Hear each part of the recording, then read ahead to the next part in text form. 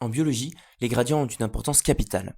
C'est une manière d'exploiter de l'énergie sous forme osmotique. C'est donc particulièrement utilisé lors de couplage énergétique dans le vivant, que ce soit pour la production d'énergie chimique par conversion avec de l'énergie osmotique, lors de la production d'ATP notamment, pour la transmission de messages, notamment la transmission nerveuse est basée sur des gradients ioniques, etc. Un ion particulièrement important en biologie, c'est l'ion proton, H+. Ces différences de concentration entre les compartiments sont particulièrement utilisées en tant que source d'énergie osmotique. On parle de force proton-motrice. Pourquoi cela? Parce que c'est un ion qui se forme facilement dans de nombreuses réactions d'oxydoréduction de la vie. Une utilisation classique de ce gradient de protons, c'est la production d'ATP, lors de la respiration, lors de la photosynthèse ou encore de la chimiosynthèse. L'ATP synthèse convertit le gradient de protons produit par la respiration en une autre forme d'énergie, l'ATP, monnaie d'énergie de la cellule. Ce gradient a donc premièrement une importance capitale dans la fonction de nutrition, lors de la synthèse d'ATP, mais aussi lors de l'absorption de nutriments chez les végétaux par l'action de cotransporteurs H+ ions. Je souhaitais personnellement me pencher sur une autre utilisation de ce gradient dans la fonction de motilité des prokaryotes, notamment au niveau des flagelles bactériens.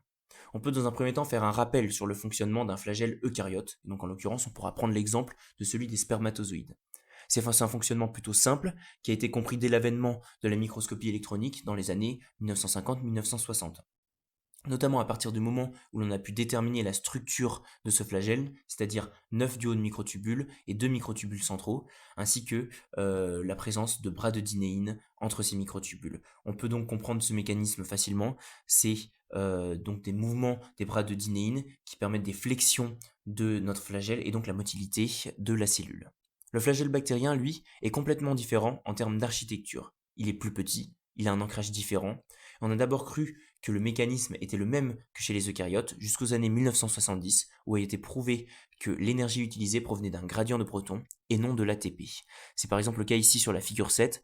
On remarque que l'utilisation de CCCP, qui est un inhibiteur de la formation de gradients de protons, limite la motilité bactérienne. Autrement dit, la motilité bactérienne est permise par le gradient de protons.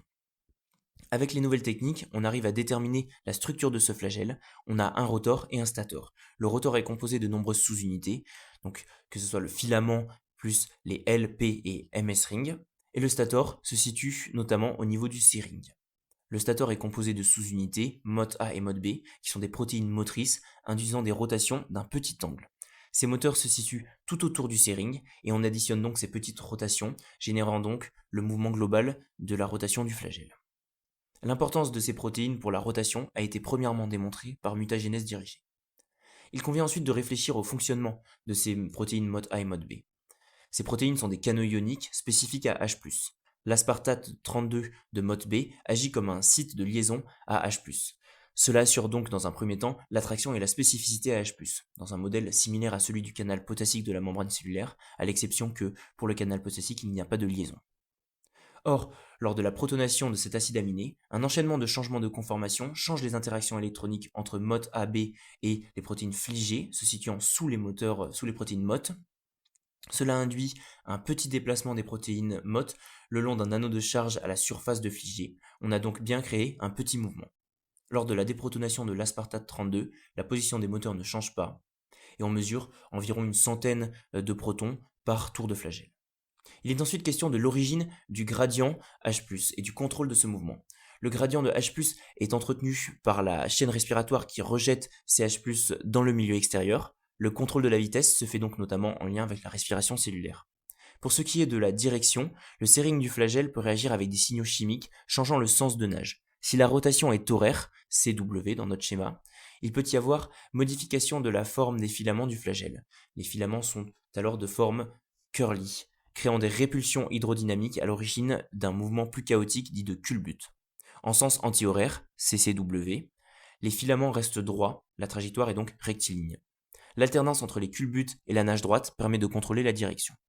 Nous avons donc pu démontrer que le gradient de H+ sont primordiaux à la fonction de motilité bactérienne. Nous avons pris ici l'exemple de bactéries Gram-, le système est le même pour les bactéries Gram+, à l'exception du système d'ancrage qui est un peu différent. La compréhension du fonctionnement du flagelle bactérien est d'autant plus importante que ce fut la première fois que l'on découvrit un moteur rotatif biologique, ce qui peut avoir de nombreuses applications en nanotechnologie. Et c'est d'ailleurs le cas, on s'inspire aujourd'hui de ces mécanismes pour la création de nanorobots.